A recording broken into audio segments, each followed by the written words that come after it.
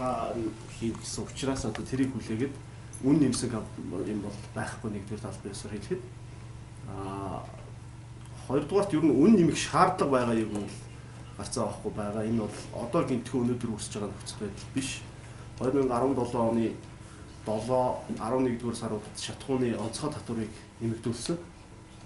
За дээрээс нь өнгөрсөн хугацаанд онцгой татварыг нэмэгдүүлснээр ер нь бол I92 бензин дээр 180 мянган төгрөг, одоо литр тутамд 180 төгрөг, дизель түвшин дээр литр тутамд 215 төгрөгийн татвар нэмэгдэж уучирч байгаа юм. Тэгээд дээрээс нь энэ өнгөрсөн хугацаанд бол өнгөрсөн оны 4-р улиралд ихэд энэ олон улсын зах зээл дээрх шатхууны үн буюу тэрийг дагаад энэ Оросын холбооны улсаас авч байгаа импортын үн очирч өссөн байгаа. Тэгэхээр ийм нөхцөл байдал байна шүү. Бидний бол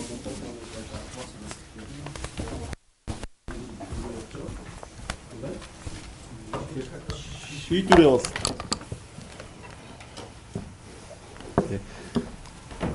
тэгэхээр 10 дугаар сараас хойш ингээд ийм нөхцөл байдал үүсээд татвар бодлон үнийн өсөлттэй холбоотойгоор за жигтэй хийх үнийн өсөлт болон татварын асуудалтай холбоотойгоор дотоодын зах зээл дээр борлуулах жижиглэнгийн үнийг нэмэхээс өөр аргагүй нөхцөл байдал үүсээд байна. Тэгэхээр тийм учраас энийг бол аль болох ард иргэдийн амьдрал ахуйд нөлөөлөхгүй бага хэмжээгээр нэмэхийн тулд засгийн газар магадгүй хамтарч ажиллаж татварын асуудлаа эргэн харж болох юм. Эсвэл одоо энэ үнийн зохицуулалтаа чөлөөлж болох юм янз бүрийн хөлбөрөөр одоо асуудлыг тавьж исэн албаны шугамар. Гэхдээ энийг шийдэх ёстой байгууллага бол шийдэхгүй он гортол төр хүлээлгэж байгаад байлагчсаар байгаад одоо нөхцөл байдал жоохон одоо юу гэдгийг хамгийн одоо удаан хүлээгээд ер нь цаашид ер нь энэ зараа ингээд үргэлжлэх ямарч боломжгүй болоод байгаа учраас л одоо шатхууны компаниуд аргагүй одоо ийм асуудлыг удаадараа тавиад байгаамаа. За тэгэд ер нь нийлүүлэлт тасалдсан уу? Ямар байдалтай байгаа вэ? Нөөц тэр талаар бол мэдээллийг нар моцорт өгсөн байх тийм. За 12 сарын сүүлээр штэ. 1 сарын 2-3 нар юм байна. Яг ердийн нөөц бол хэвэн байгаа 38 хоногийн нөөцтэй байгаа. Та тэр нар моцорт хэлээ. За нөөц за ингэж гэлүүч байгаа. Хөлөө сайн шүү. За шатхууны нөөцийн үед бол хэвэн байна. Хэвэн гэж үзэж болно. Яг хав сүүлийн би нөөц хамгийн бол өнөөдрийн байдлаар гаргааг бод өнгөрсөн 7 хоногийн сүүлээр бол 30 гаруй хоногийн нөөц байсан. Одоо хагас бүтэн сайд бас борлуулалт та хүмүүж байгаа гэсэн нэмэгдсэн баг. Ер нь бол нөхцөл байдлыг сая Батруу захирал хэллээ. 7 дугаар сараас эхлээд онцгой албан дотор би өөр тоотой хэлье. 7 дугаар сарын 18-нд 207 тоо тогтоолоор 90 хүртэл октантай хэмжээнээс 160 мянга, 90-ээс дээш октантай хэмжээнээс 160 мянга, дизель түвшээр 180 мянга байхаар тонн тутамд онцгой албан дотор авсан байдаг. За 11 сарын 16-нд 309 тоо тогтоолоор мөн нэмэгдүүлс дахиад 190 мянгаар 90-ээс доош октантай дээр, 210 мянгаар 90-ээс дээш октантай дээр, дизелийн түвшин дээр 180 мянга байхаар нэмэгдүүлсэн. За ингээд нийт онцгой албан дотор хэмжээ 190-ээс 280 мянга болчиход байгаа. Тэгэхээр за онцгой албан дотор тонн тутамд ингэж нэмэгдсэн. Үүнээс гадна Оросын холбооны улсаас импортлж байгаа нефтийн бүтээгдэхүүний үн 130-аас 156 доллар 7 сараас хойш. Тэгэхээр энэ бол их энгийн одоо бүгд мэддэг тоолд. Тэгээд энэ нь бол энэ үнийн импортын үнийн өсөлт нь өөрөө 21-ээс 25% өссөн байна. За дэлхийн зах зээл дээр түүхийн нефтийн үн бас сүүлийн 2 жил байсангүй өндөр түвшинд буюу $70 дээр ирчихлээ. За энэ бүх нөхцөл байдлаас үүдээд бидний нэгж үн бол алдагдaltaй болж эхэлсэн. 2017 оны 2 дугаар сард бид нэр үнийг өөрчлөлт оруулсан байдаг. 2 сараас хойш манай компани болон улс нефтийн компаниудын хувьд үнийг нэгж үн дээр бол өөрчлөлт ороогүй байдаг. Тэгээ энэ нэгж үн бол тогтмол байсан. Дээр нь түрүү хэлсэн онцгой татвар гадаад үнийн өөрчлөлтөөс болоод компаниуд алдагдaltaй ажиллаад эхэлчихэж байгаа. 9 дугаар сараас эхлээд 10 сарын 12-нд бид нэр энэ тухайга өөрийнхөө яамд зардчав сайдад бичсэн байдаг. Ер нь компаниуд алдагдaltaй болоод эхэлжлээ. 100 гаруй төгрөгийн алдагдал байна. Харамсалтай нь яам бол үнийн зөвлөл энэ асуудлыг даруй шийдээгүй, зохицуулт хийгээгүй улмаас өнөөдрийг хүртэл алдагдал маань ихссэн. 1 литр тунд бид нар одоо компаниудын зардал өөр л 200-аас 300 төгрөгийн алдагдал руу очиж байгаа. Цаашид энэ алдагдал өшөө ихсэх хандлагатай. 2 дугаар сарын гадаад үн мөн 20-оос 40 доллар шатхууны төрөл тутамд нэмэгдэхээр харагдаж байна. Тэгэхээр бидний энэ алдагдал ихсэн. За энэ байдлуудаа бид нар яамандаа удаадраа ойлгуулсан, үнийн зөвлөлийг яаралтай хуралдуулаач гэдэг хүсэлтээ өгж исэн. Холбооноос болон компанид дангаараа өгж исэн. Тэгэхээр өнөөдөр энэ асуудал шийдэгдэггүйс одоо ингээд зохицуулт хийгээгүй хугацаа авсан, судалж яан үсээ харъя гэснээс болж хугацаа алдаад ийм байдалд хүрсэн байна. За яг бид бол энэ хугацаанд нийгмийн хариуцлагын хүрээнд бас шатхуунаар таслахгүй өөрсдөө алдагдлаа хүлээсээр ирсэн. Энэ тухайгаа ч яамдаа хэлж ирсэн. Өнгөрсөн сүүлийн хэд хоногт харахад бол бас хүмүүсийн донд хомсдол үүсэж байна уу гэсэн айдас төрсэн байна. Бид бол аль болох таслахгүй хичээж байгаа. Татаа авалт хэвэн байна. Түгээлт хэвэн байна. Хэвээ үргэлжиж байгаа. Яг хоо гинтийн нэг огцом бодолтой авалтаас болоо зарим нэг тоног хөрөх станц дээр 92-ын дуусах тухай өдөртөө. Тэгээ оройн татаа авалт хийх өдрийн цагаар ачаа болон тээврийн машинуудыг Улаанбаатар хотод явуулахыг хориглосон байна. Тэгэхээр бид нэр ачааг бол шөн зөвж байгаа. Тийм учраас өдөр дууссан шатхууныг орой шөнө хүртэл жоон тасрах хандлага харагдаж байна. Танаа зарим салбарууд үнийн нэмсэн харагдаад байсан л да. Дотроос тэр 1890 гээд 92 зарим. Тэрийг хоёр өөр төрлөө. Өргөн хэрэглээний шатхуун буюу нөгөө А80 92 дизелийн түлш гэсэн үндсэн одоо гол бүтээгдэхүүнүүдийн үн бол хөдлөөг байгаа. Түрүү хэлсэн те одоо.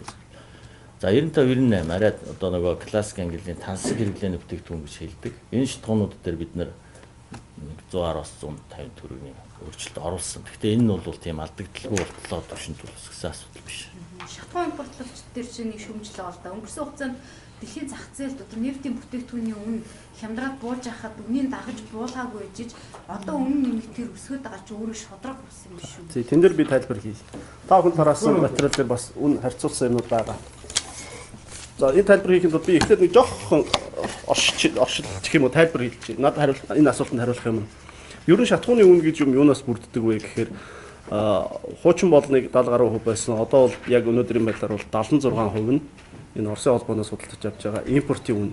За тэн дээр дахиад нэг 20 гаруй хувь байсан. Хуучин болныг 18 орчим хувь байсан. Одоо энэ шин татвар нэмэгдснээр энэ үнийн 23% нь бүх төр энэ 5 төрлийн татвар болчиход байгаа. Энэ татварууд нь юу байдаг вэ гэхээр саяны энэ онцгой татвар, түлш шатхууны албан татвар буюу замын татварч гэж нэрлэдэг ийм татвар, гайлын татвар, нэмэн үртгийн албан татвар гэсэн энэ татварууд орж ирээд нэг 23% одоогийн байдлаар 23% эзэлж байгаа. Тэгэхээр 76% нь импортын үн, 23% нь татвар болчоор 99% болчихж байгаа. Үлдсэн ганц хувьд нь компаниуд үйл ажиллагааныхаа зарлаа шингээгээд энэ та тээвэрлэлтээ хийгээд тэгээд ашгаа гаргах болчиход байгаа. Тэгэхээр энэ бол одоо ямар ч боломжгүй юм нөхцөл байдал болчиход байгаа учраас одоо хуучин бол энэ импортын үннийх нь эзлэх хувь арай бага байж, татвар эзнийх нь эзлэх хувь арай бага байж энэ татврын нэмэгдлээс өмнө.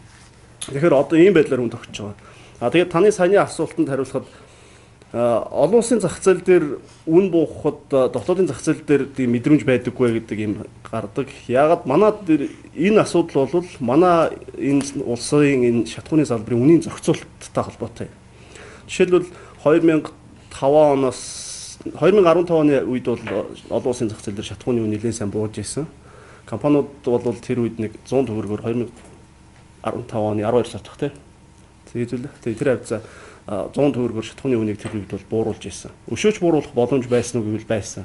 Яагаад ингэж сайн буурахгүй байсан бэ гэвэл тэр үед онцгой татвар нэмэгдэжсэн. Буцаагаад 480 мянга хүртэл нэмэгдэжсэн. Тэгээд татвар нэмэгдэхээр тэр олон улсын зах зээл дээр үнийн хямдралыг засгийн газар маань татвар олгоо авчиж байна л гэсэн үг шүү дээ. Ер нь бол хуучин өнгөрсөн хугацаанд бол засгийн газрын онцгой татвараар дамжуулж шатхууны үнийг нөлөөлж одоо барих юм бодлого баримталж ирсэн юм шиг харагддаг.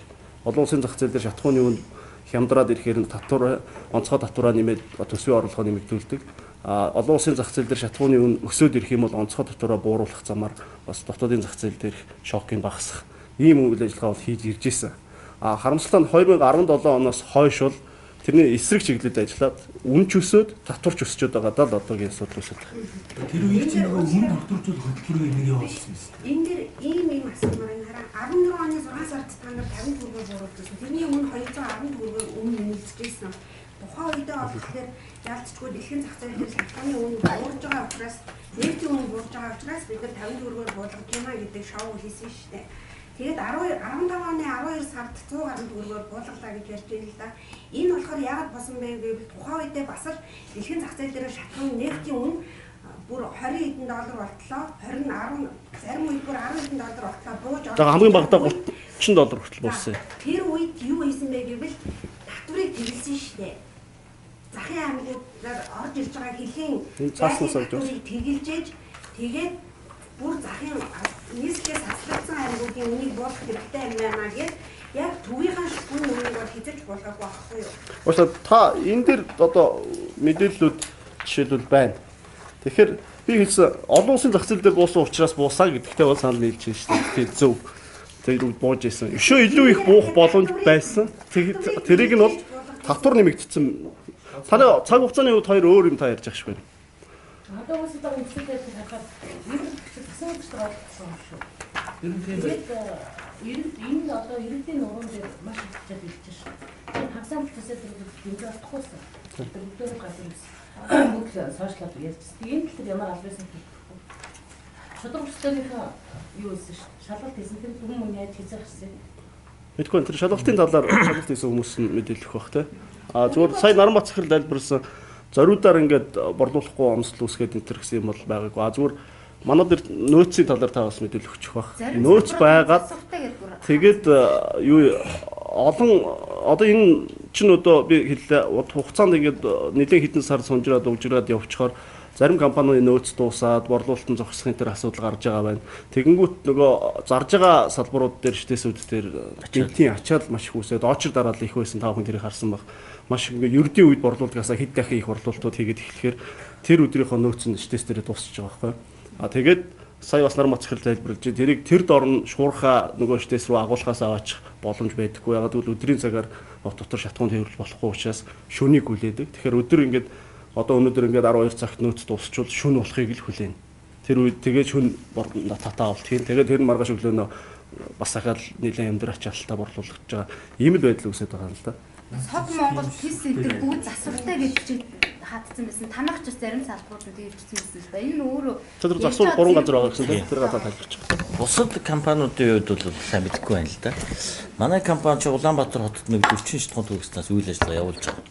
За тэрийг бид нар бас нөгөө графиктай техник янз бүрийн үйлчилгээнүүд жилдээ хийдэг юмнууд байгаа. Тэгээд одоогийн байдлаар 2 байна уу? 3 километр тэр ээлж засвар нь явж байгаа. Бусд нь бол хэвийн үйл ажиллагаа явж байгаа шүү дээ. Үнийн бодлогын зөвлөл дээр яг та бүхний зөвлөл бас ямар санал засгийн газар тавьсан бол үнийн бодлогын зөвлөл бас хурдтна гэдэг. Үнийн зөвлөлийг бид нар яаралтай хурдуулж өгт. Энэ яг үндсэндээ ингэсэн шүү дээ. 10 сарын сүүлээр бол үнийн зөвлөлийг хурдуулах тухай одоо хурдуулаач гэсэн бид нар бас хүсэж явсан. Харамсалтай үнийн зөвлөл хурддахгүй явсараад 11 сар 12 сар болсон л доо. Тэгээ 12 сарын 28-нд үнийн зөвлөл яг бид нар нөгөө байдал хүнд байгаагаа бол албан бичгээрч болон өөрсдөө мэдгичээс тэгээд байдал хүнд байгаа учраас одоо үнийн асуудлыг одоо зохицуулт хийж өгөөч гэсэн үсэл байсан. Тэн дээр юу гэж хариулжсэн гэхээр 12 сар хүртэл 12 сарыг дуустал та бүхэн одоо ингээд алдагдал хүлээч хичээл гэсэн. Ер нь бол засгийн газар тэгсэн шүү дээ. Үнийн зөвлөл. За тэгээ бид нар 12 сарыг дуустал бол одоо явах юм байна гэж ойлгоод тэгээ 12 сарын сүүлээр үнийн зөвлөлийг хурдуул өгөөч гэсэн хүсэл тавиад 1 сар гарахаар бас үнд жоох өөрчлөлт орохгүй бид бол хэцүүдлээ гэдэг хэлсэн. Тэгээ 28-нд үнийн зөвлөл хурал товлогдсон. Харамсалтай нь 28-нд эрс бүрдээгүй шалтгаанаар тухайн хурал болоог. Тэгээ 1 сарын 2-нд болсон. 1 сарын 2-нд бас эрс бүрдээгүй. 1 сарын 8-нд нь бас тэнд бол үнийн зөвлөлд бол яадаг юм л да. Одоо 3 яам агентлаг за тэгээ манай нефтийн бүртгэгчний 5 компани төлөөлөв. 5 компани төлөөлөл бол цагтаа ирээд хурлыг бол яаралтай хийх хүссэн. Энэ сая миний хэлсэн 3 тохиолдолд. 1-р сарын 8-нд хурал товлогдсон. 8-нд мөн хурал таагүй. За 9-нд болсон. За 9-ний хурлаар бид ямар хүлээлттэй байсан гэхээр за ер нь бол үнийг бас нөгөө аль талдаа зохицуултыг бодчихжээ. Одоо засаг маань бас тэ арга хэмжээ авах нэ. онцгой албан дотор засаг дээр 2 3 юм байгаа шүү дээ. Онцгой албан дотроо бууруулна тий. Ханшин дээр бас нөгөө нэг үний юу зохицуулт хийдэг шиг бас тийм хийдэг аргууд байдаг. Тэгээд бидний зүгээс бол хэдийгээр ингээ онцгой төвлөсөн ч алдагдaltaй байх нэ бас нэг жоохон нэмэлт хийх нэ гэсэн хүлээлттэй очил. Тэгэхээр тэр хурал дээр бол тодорхой шийдэл гараагүй. Энэ асуудлыг судлах хэрэгтэй юм байна. Эргээгээд харин энэ компаниудын хэлж байгаа алдагдал одоо үнэн үү бодиттой юу гэдгийг судлын ажлын хэсэг байгуулъя гэсэн гормын санал зам тээврийн сайд дээр цогтгөрл тийм санал гаргаад тэгэл тэрний дээр санал хураагаад шууд тэгээд шийдээ явуулсан шүү дээ. Та бүхэн 260 тэрбум төгрөг ингээд. За тийм юм бол байгаа. Бид нар бол ерөөсөө улсаас ерөөсөө мөнгө нэхгүй байгаа шүү дээ. Одоо нэг асуудал байна. Онцгой албан татварыг хэрвээ хойшлуулъя, нэмэгдэл хойшлуулъя гэж засгийн газар хэрвээ тэгсэн тохиолдолд танах шинэ тийм хойшлуулалтад одоо хичнээн дүргээр нэмэх эсвэл нэмэхгүй юм уу? Яг энэ Ер нь ерөнхийдөө ингэж ойлгоход би түрүүн цааш дахин хэлээд байгаа юм. Энэ үн өсөхөөс өөр аргагүй нөхцөл байдал үүсэж байгаа 2 3 шалтгаан байгаа шүү дээ. Тэрний бол мэдвэрт хамгийн том нь гол нь онцгой албан татврын нэмэгдэл байна. А дээрэс нь энэ олон улсын үн буюу гадаадын худалдаж авч байгаа үн нэмэгдэж байна. А энэ үн нэмэгдээд зарим хүн бол одоо юу гэдэг нэлээ олон жилийн өмнөх баррел нь $100 хүрч ирсэнтэй харьцуулаад тэрнтэй харьцуулахад үн чинь хямдарчаад байна гэж байна. Үгүй 2015 оны эцэст бол $30 байсан үн одоо бол 70 хүрээ явж байна. А дээрэс нь энэ хугацаанд долларын ханш таах юм хийж байгаа. Сүүлийн 2 жилийн дотор 30 гаруй хүрээ чангарсан. Доллараар худалдаж аваад төгрөгөөр борлуулалтаа хийдэг учраас энэ өөрөө бас том эрсдэл болж байгаа. Тийм учраас ийм 3 шалтгаан байгаа. А гэхдээ энэний хамгийн том буюу энэ татвар гэдэг асуудлыг засгийн газар өөрөө зохицуулт хийгээд эдийн засагт одоо юу гэдэг үн ханш хит өндөр өсөхөөс сэргийлээд татварын зохицуулт хийх юм бол бусад тэр нөгөө импортын үн болон валютын ханш гэдэг зардал бол харьцангуй бага, өөрөөр хэлбэл шатхууны үнийг их хэмжээгээр нэмэхгүй харьцангуй бага хэмжээгээр нэмэгдүүлээд явах тийм боломжтой. Энэ хэд гэсэн үг вэ? Та нарын одоо тооцоогоор энэ дээр бидний тооцоо хэд болно тооцоо та нарын зүгээс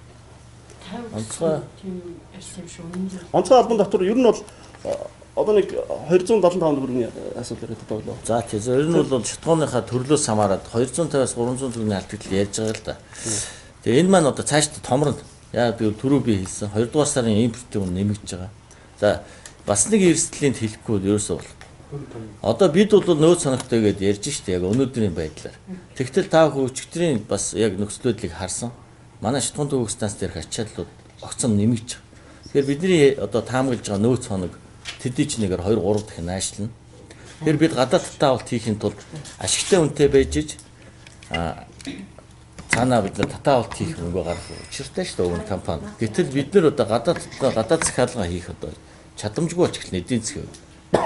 Тэгэхээр бид нарт татаа авах мөнгө одоо хомос байна, татаа авалт багасна. Тэгэхээр цаашдаа бас зах зээл бас нэг юм хомсдол тасалдал үүсэх гэсэн бас болгоомжтой байна. Бид нар бас энэ салбарын нэлээд томоохон байр суурь эзлэх компанийн хувьд бол энэ тухайгаач бид нар засгийн газарт хэлээд байгаа. Ер нь бол ийм байдал цаашдаа харагдаад байна. Тэгэхээр нар бацхлын хэлсэн дээр би нэг зүйл тодруулчихъя. 200 ер нь төрлөөсөө хамаарат 250-аас 300 төгрөгийн алдагдал байна гэж хэлж штэ тий. Тэгэхээр энэний маань 200 одоо юу гэдэг 180-аас төрлөөсөө хамаарат 210 төгрөг нь татвар байна шүү дээ. Онцгой татвар, зөвхөн онцгой татвар шүү дээ. Тэгэхээр онцгой татвараар зохицуул одоо дамжуулаад энэ зохицуулт бол одоо 90 гаруй хувийг нь шийдэж болох гэдэг юм л да. Роснефттэй 90 биш үү? 3.2 юм тий. Роснефттэй нөгөө шатхуун импортлагч компаниуд дараа төлбөрт маягаар нөгөө шатхуунаа нийлүүлэх нэг гэрээ хийжсэн да. Тэр асуудал нэг үн тохирсон гэж ярьжсэн шүү дээ. Өнгөрсөн одоо яг одоо валютын хашиндаа зохицуул тэгээд тэр нь үргэлжлэхгүй байгаа юм уу? Тэр зогссон шүү дээ. 12 оноос 14 он. Үн докторжуулах төлбөрийн үргэлжлэлтэй тэгэхээр бас юу одоо энэ яг үүссэн байгаа нөхцөл таавар төрүүлсэн шүү дээ. Асуудлаа нэг 10 сараас эхлээд дуулуурхай яам хүмүүс алжим сайдын өгөө явуулсан гэж шүү дээ. Тэр одоо юу гэж ярьж байгаа тэр олон нийтийн мэдээлэлээс юу гэж бодоход энэ коллабор үүсгэж шантаж хийгээд одоо иргэдийг ингээд 10 төгс иргэ яваад байна гэж. Тэгээд 2 сая ерөнхий ярианы үгийг хараад ахтуул төр эндээ хариуцсан газрууд нь хүн сурталтай хандаж байгаа асуудлыг ийм байгаад шийдэх үгээсээ болоод асуудал ийм төвчлээ гэж яг ийм ойлголт яг ерөнхий ойлголт ийм Ер нь тэгж ойлгож болох байх гэж бодож байна. Та бүхэнд одоо бид нар ингээд тоо баримттай хэлж шүү дээ. Энэ юмыгаа бид нар одоо л ингээд олон нийтэд ил гаргаж байгаа боловч энэ юмыг албаны шугамар бол 10 дугаар сараас хойш тавьсан байна шүү дээ. Тэгэхээр энийг шийдэх ёстой. Одоо уулын загчим сайд бол өөрөө Буудуур хаан ил сайд тэр үнийн зөвлөлийн ахлагч юм шүү дээ. Тэгэхээр миний хүн мэдхийн дээр сайн мэдж байгаа байх гэж бодож байна. Тэр зохицуулт хийхгүй бол одоо яг энэ албыг 200-аас 300 төгрөгийн алдагтай гэж байна. Одоо яг бинтэн хүн яг өстөр иймэр нэмэгдэн гэж байна. Хэрвээ зохицуулт хийхгүй бол одоо хийх хэрэгтэй. Үн төлөвлөх бас арга. Тийм. Тэгээ энэ маань өөрөө сая нар мах захир бас дахин хэлээд байна шүү дээ. Энэ маань зөвхөн өнөөдрийн байдлаар. Цаашдаа ингээ 2 сард бас дахиад үн өсгөөд байна тийм. Гадаад зохицол. Үн нэмэгдэх үеэр л одоо шатхны үн нэмэгдэх үе боловсон иймэрхүү байдалтай байдаг шүү дээ. Тэгэхээр одоо манайх ч нефт боловсрох үйлдвэр гэж нэг юм тэр ч дүүрээр л. Тэгэхээр нэг Роснефть ч юм уу иймэрхүү байгууллагууд гаднаас одоо ингээд шатхуунд хүрэх стандартууд Монгол улсад байрлуулж гэх юм иймэрхүү байдлаар одоо асуудал хандж ирдэг. Өсөлтөд одоо нэлээд өөр зүйлд ажиглагдах уу гэж асуух гэдэг юм. Та нарын одоо энэ монопол байдаг чинь ч гэдэг юм уу. Одоо олон нийт ойлгож байгаа илүү тэр шүү дээ тийм үү? Тий. За тэр гадаадын компани оруулж ирэх үгүй нь бол одоо тэр бодлогын төвшөнд төрийн хүмүүс хариулах багтай бид нар мэдэхгүй байна. А зүгээр энэ зах зээл өөрөө монопол зах зээл үг гэхээр монопол гэдэг чинь бол бас өөр ойлголт тий. Манай энэ зах зээл дээр одоо импортын зөвшөөрөл гэдэг чинь 2012 оны хүртэл ерөөсөй байгаагүй. Хүссэн хүн шатхуун оруулж ирэх боломжтой байсан. 2012 оноос хойш тусгай зөвшөөрөл өгдөг болсон. Одоогийн байдлаар 31 компани тусгай зөвшөөрөлтэй байна. А яг үүндээ энэ 31 тусгай зөвшөөрөлтэй компани үнэхээр ийм их ашиг хийгээд байгаа бол бүгд ажиллаад ингээд бензин авчирд байна уу гэвэл бас үгүй байна.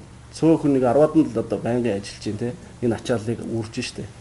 Тэгэхээр цаашдаа ч гэсэн энэ тусгай зөвшөөрлийг бас авч болно. Өөр оролцогчдод орж ирж болно.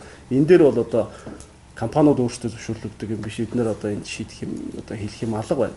А зүгээр ер нь монопол үгүй юу гэдэг дээр бол тийм байхгүй. Ялангуяа Улаанбаатар хотын зах зээл дээр бол Петрос компаниг 20 орчим мөнгөтэй л байгаа бох тий. Тэстэйс л байгаа. Эцсийн шийдэл яах вэ? Яг өнөөдрийг өмнө хэлээд ингээд бас та бүхний тайлбарлаж байгаа ингээд автоматар өөрөө ингээд шатхууны үн нэмэгдэнэ гэдэг мессеж тараад өргөө хэлээний бараа дагаад өсчлээ л дээ. Гэтэл өнөөдөр төрийн гүйцэтгэлийн дэргүүн нь айлчлалтаа Буудуур хаан сайд нь Германд явж байгаа ш. Тэгээд улс оронд нь ийм асуудал үүсчихэд багт. Удирдлагууд нь алга. Эсрэгээр энэ төвчнөр ингээд мэдээлэлээс үүж засгийн газартаа дахиж зөвшөлтийн гэдэг ч юм уу те тэр зөвлөлийнхээ хорморолд оролцоо ойлголцох талаар шийдэлт хүрэх. Одоо харин та бүхнээс л хүсэж байгаа юмд энэ одоо энэ засаг төрөөс л одоо энэ үнийг шуурхай шийдэх юмыг та бүхэн харин асууж өгмөр. Бид нар бол албаны шугамар тавиад хэдэн сар хүлээлээ гэдгийг хэлж штэ тий. Асуудлыг шийдэх ёстой хүмүүсээс нь одоо та бүхэн бас асуувал шуурхайлуулвал их сайн байна. Тэгэхээр өнөөдрийн энэ хурал шатхуун импортлогчдын холбооноос бас ирнэ гэжсэн. Яг төлөвлөлт хүн ирээг баг шүү. Танаа хоёр компани байр суурь бол одоо нийт импортлогчдын байр суурь гэж үзэж байна. Ер нь зөрөх юм бол угаасаа байхгүй. Яг тэгэхээр нефт буюу газрын тосны бүтээгдэхүүн импортлогчдын мэргэжлийн холбоо гэж байдаг. Энэ холбооноос бол US засгийн газарт бас удаадараа бичиг сачиг явуулсан байл.